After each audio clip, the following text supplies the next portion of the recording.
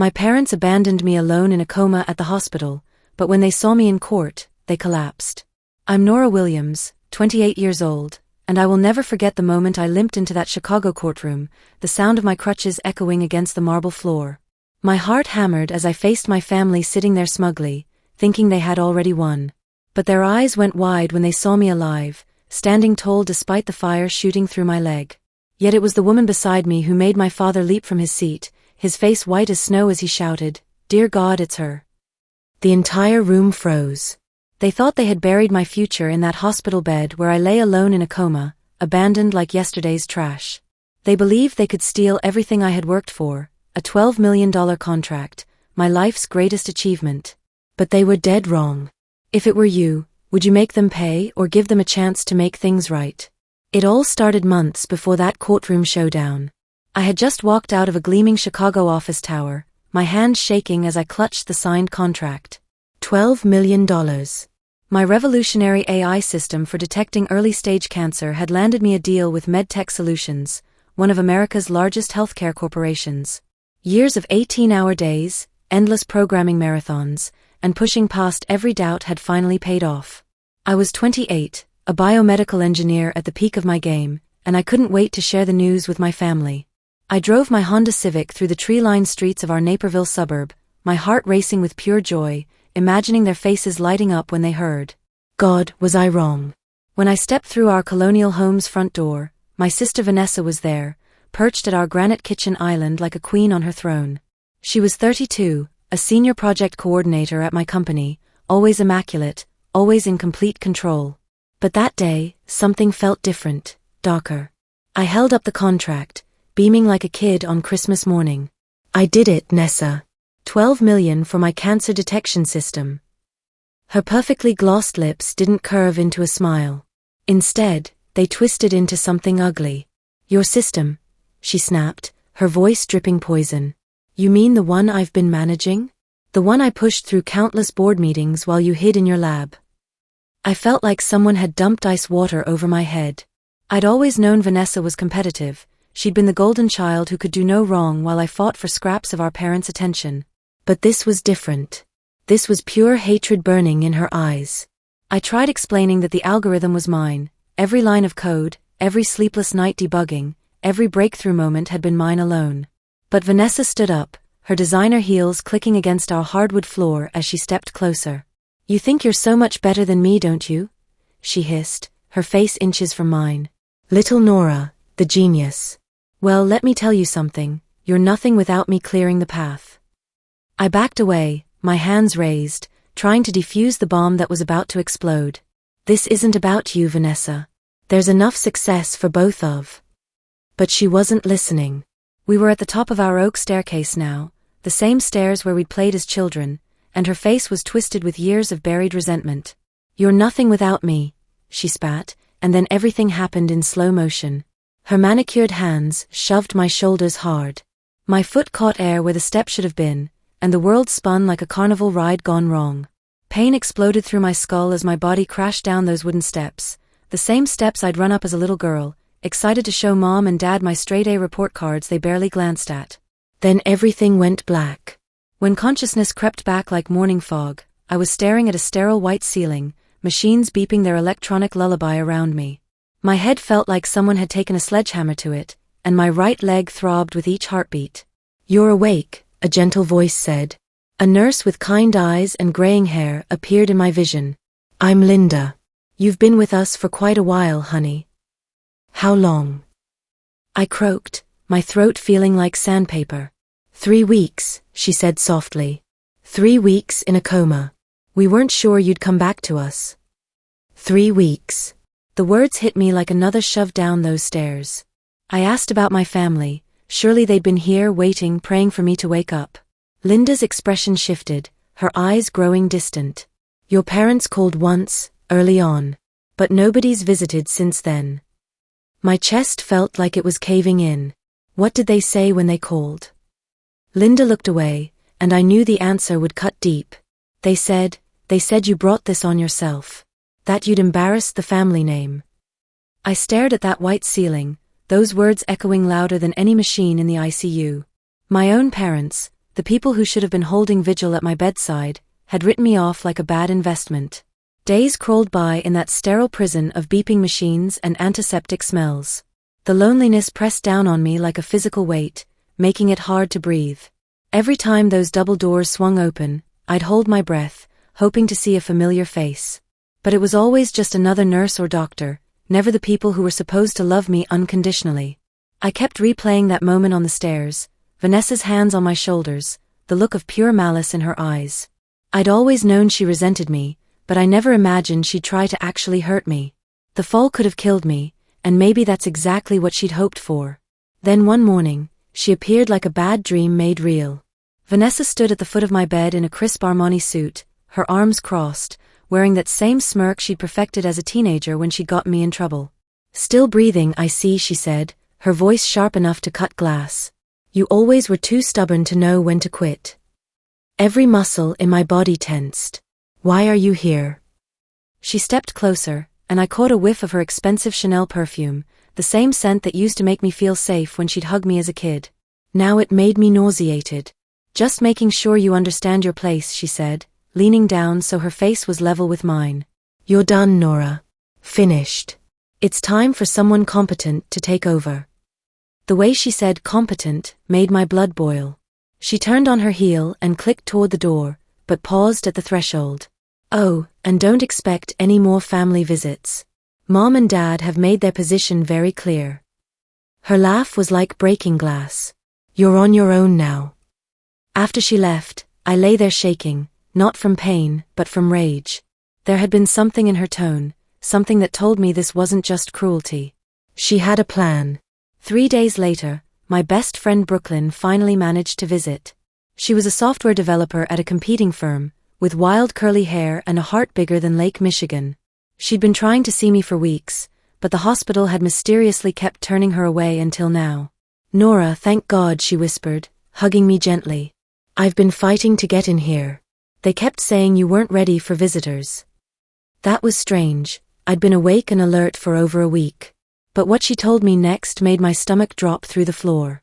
"Your sister's been busy at work," Brooklyn said, her eyes flashing with anger. "She's telling everyone she's taking over your contract. Acting like the whole cancer detection system was her brainchild." I felt like I might throw up. "She's what?" "She's been in meetings with the med tech executives, presenting herself as the project lead. Word around the office is that she's already signed preliminary transfer documents." My life's work, the algorithm I'd sweated blood over for 3 years, was being stolen right out from under me while I lay helpless in a hospital bed. That night, I forced my trembling fingers to navigate my phone's banking app. I needed to check my account, maybe transfer some money for the mounting medical bills that insurance wasn't covering. When the screen loaded, a red alert flashed like a warning beacon: account frozen. My heart started pounding so hard I was afraid it would trigger the monitors. With shaking hands, I called Chase Bank's customer service line. "I'm sorry, Ms. Williams," the representative said after pulling up my account. "A court order froze your assets pending a competency evaluation. The documentation cites concerns about your ability to manage financial affairs due to your medical condition." Competency evaluation? I was fully alert, talking clearly, making rational decisions. But someone had painted me as mentally incompetent to a judge I'd never met. "Who filed this order?" I asked, though I already knew the answer would destroy me. "It was filed by your next of kin," citing medical documentation from Northwestern Memorial Hospital. Next of kin. That would be my parents, the same parents who couldn't be bothered to visit their daughter in a coma. 2 days later, a man in an expensive suit appeared in my room carrying a leather briefcase. He introduced himself as David Chun, an attorney who'd been hired by someone at my company who was worried about my sudden disappearance. "Ms. Williams, I've been investigating some irregularities regarding your medical care and financial status," he said, his voice calm but his eyes sharp as a prosecutor's. "What I've found is deeply troubling." He opened his briefcase and pulled out a stack of documents. "These are court filings that were submitted while you were unconscious. They declare you mentally incompetent based on fabricated medical records." I stared at the papers, my signature forged at the bottom of each one. Someone had been very busy while I was fighting for my life. The medical documentation claims you suffered severe brain damage and would likely never regain cognitive function, David continued. But your actual medical records show a straightforward concussion with full recovery expected.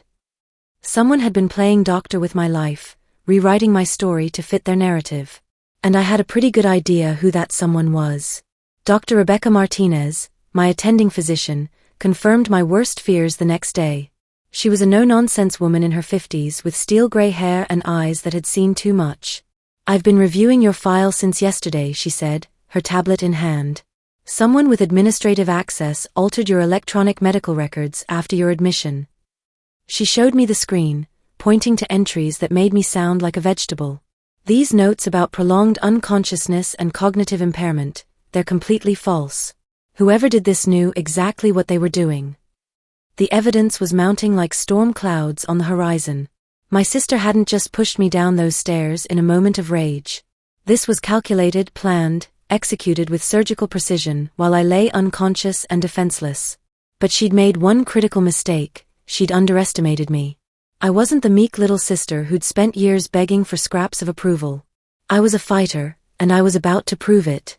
I made a decision that terrified my doctors but felt absolutely necessary. I checked myself out of Northwestern Memorial against medical advice. My leg was still weak, my head still ached, but my mind was crystal clear and burning with purpose.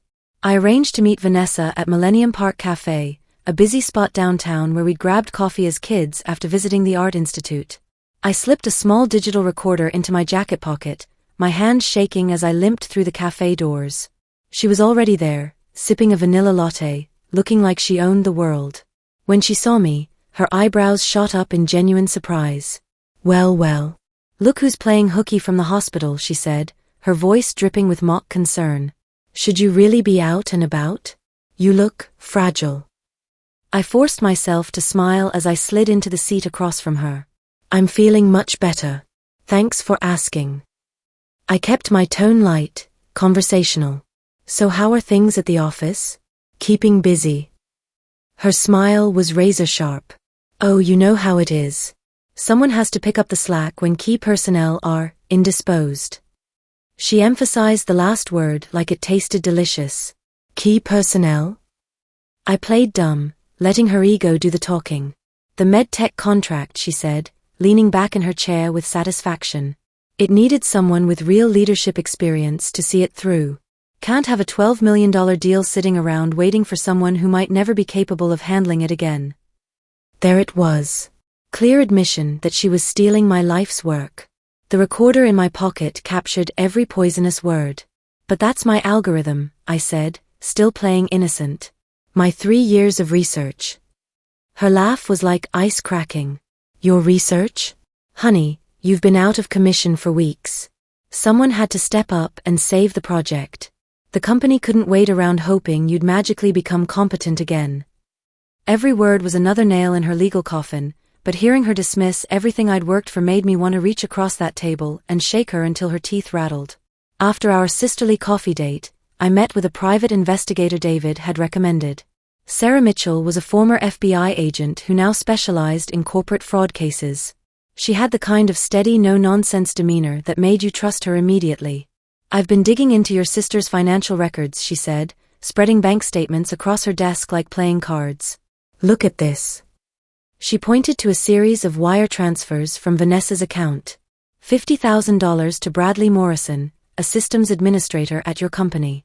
Another $25,000 to Jennifer Walsh in the legal department. I recognized both names, colleagues who'd always seemed eager to please my sister, always laughing a little too hard at her jokes.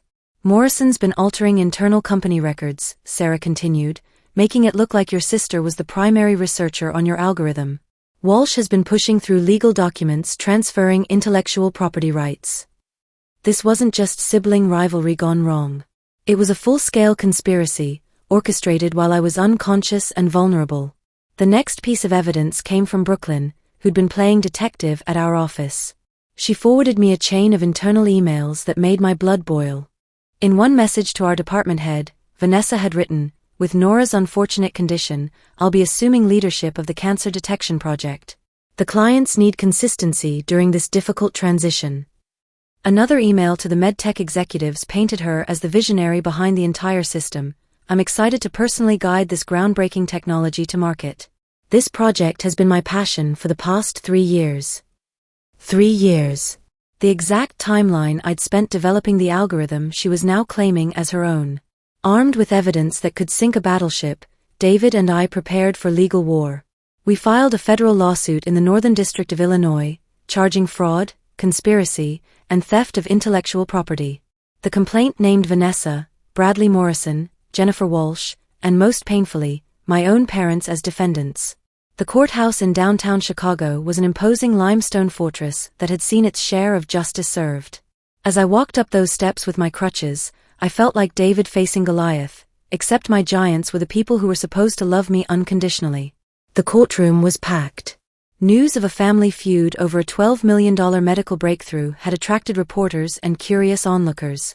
I spotted my parents in the gallery, their faces carefully neutral, sitting as far from the defendant's table as possible. They looked older than I remembered, diminished somehow, like their expensive clothes couldn't quite hide the shame underneath. Judge Margaret Foster, a stern woman in her 60s with silver hair and piercing blue eyes, called the court to order. David stood to present our case, his voice carrying the weight of absolute conviction. Your Honor, we will prove that while Nora Williams lay unconscious and fighting for her life, her own family orchestrated a calculated scheme to steal her life's work and leave her with nothing. He started with the recording from the cafe. Vanessa's voice filled the courtroom, dripping with arrogance as she admitted to taking over my project because I might never be competent again. Gasps rippled through the gallery. Even the stone-faced reporters looked shocked. Next came the financial evidence, bank records showing the payments to Morrison and Walsh, the paper trail of corruption that stretched from Vanessa's account to the forged documents that transferred my intellectual property. Dr. Martinez took the stand with the gravity of someone who'd seen the worst of human nature. Her testimony about the altered medical records was devastating. Someone with administrative access systematically falsified Ms. Williams' medical records to make her appear permanently incapacitated, she said, her voice steady as a surgeon's hand. These changes were made not for medical reasons, but to support legal documents stripping her of her rights. The judge's expression grew darker with each piece of evidence. When David presented the forged signatures on the competency documents, Judge Foster's jaw tightened visibly. But the moment that shattered everything was when I took the stand. I looked out at that courtroom, at my family sitting there like strangers, and found my voice. I told them about the algorithm, the 3 years of 18-hour days, the breakthrough moments at 2 a.m. when pieces of code finally clicked into place, the dream of saving lives with early cancer detection. I described waking up alone in that hospital room, abandoned by the people who should have been praying for my recovery. I talked about discovering my sister's betrayal while I was still learning to walk again. They didn't just try to steal my work, I said, my voice growing stronger with each word. They tried to erase me entirely. Make me disappear so completely that even I might believe I was nothing.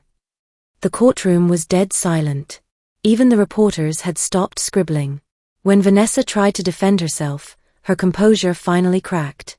I was protecting the company, she snapped, her carefully controlled mask slipping. Nora was unstable, unreliable. Someone had to take charge. But her words only dug her grave deeper. Morrison and Walsh, faced with the mountain of evidence against them, broke down and admitted their roles in the conspiracy. The most devastating moment came when my father took the stand. This man who'd always been cold and distant, who dismissed my achievements while praising Vanessa's mediocrity, now looked broken. We thought. He began, then stopped, his voice cracking. Vanessa said Nora would never recover. That she'd be a burden. We just wanted to protect the family's interests. Protect the family's interests. Not their daughter. Not me. Their interests.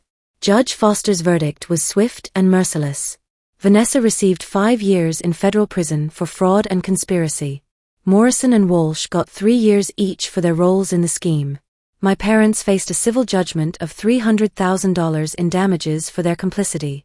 But the judge wasn't finished. She ordered immediate restoration of my contract and intellectual property rights, plus punitive damages that brought my total settlement to over $2 million. As the gavel fell, I watched my family's world crumble. Vanessa was led away in handcuffs, her perfect composure finally shattered. My parents sat in stunned silence, their reputations destroyed, their golden child revealed as a criminal. I felt no joy in their downfall. But for the first time in my life, I felt free. Walking out of that courthouse into the crisp Chicago afternoon, I made a promise to myself: I would never again seek approval from people who'd proven they didn't deserve my love.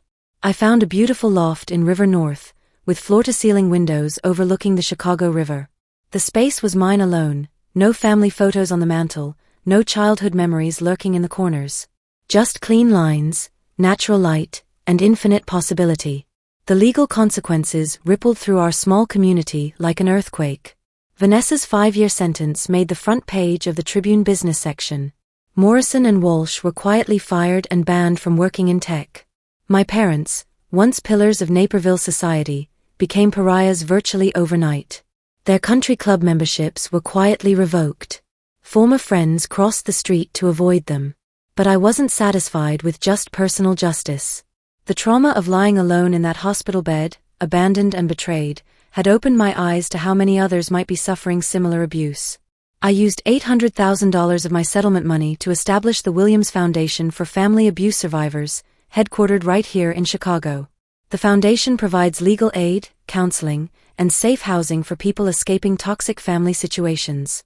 At our launch event in the Palmer House Hilton, I stood before a crowd of donors, survivors, and advocates.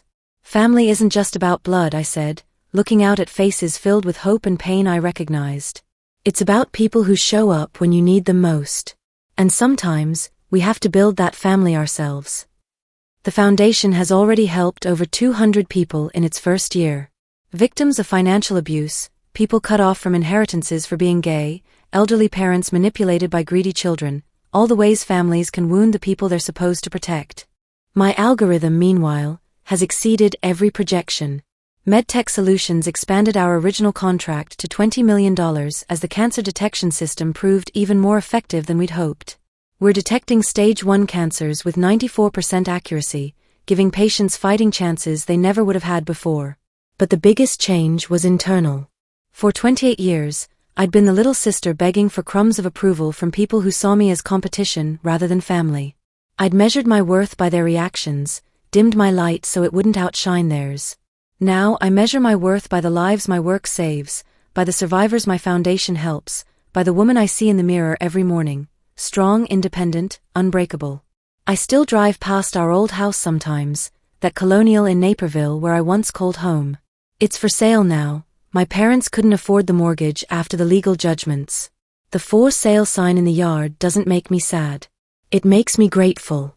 I'm grateful for the fall that nearly killed me, because it showed me who my real family was: Brooklyn, who fought to see me in the hospital; David, who believed in my case when it seemed hopeless; Dr. Martinez, who stood up for truth when lies would have been easier. I'm grateful for the betrayal that taught me the most important lesson of my life: the only approval that matters is your own. As I write this from my River North loft, watching the sun set over Lake Michigan, I know I'm exactly where I belong. Not because someone else validated my worth, but because I finally recognized it myself. Sometimes the people who hurt us most do us the greatest favor. They force us to become who we were always meant to be. And I was always meant to be free.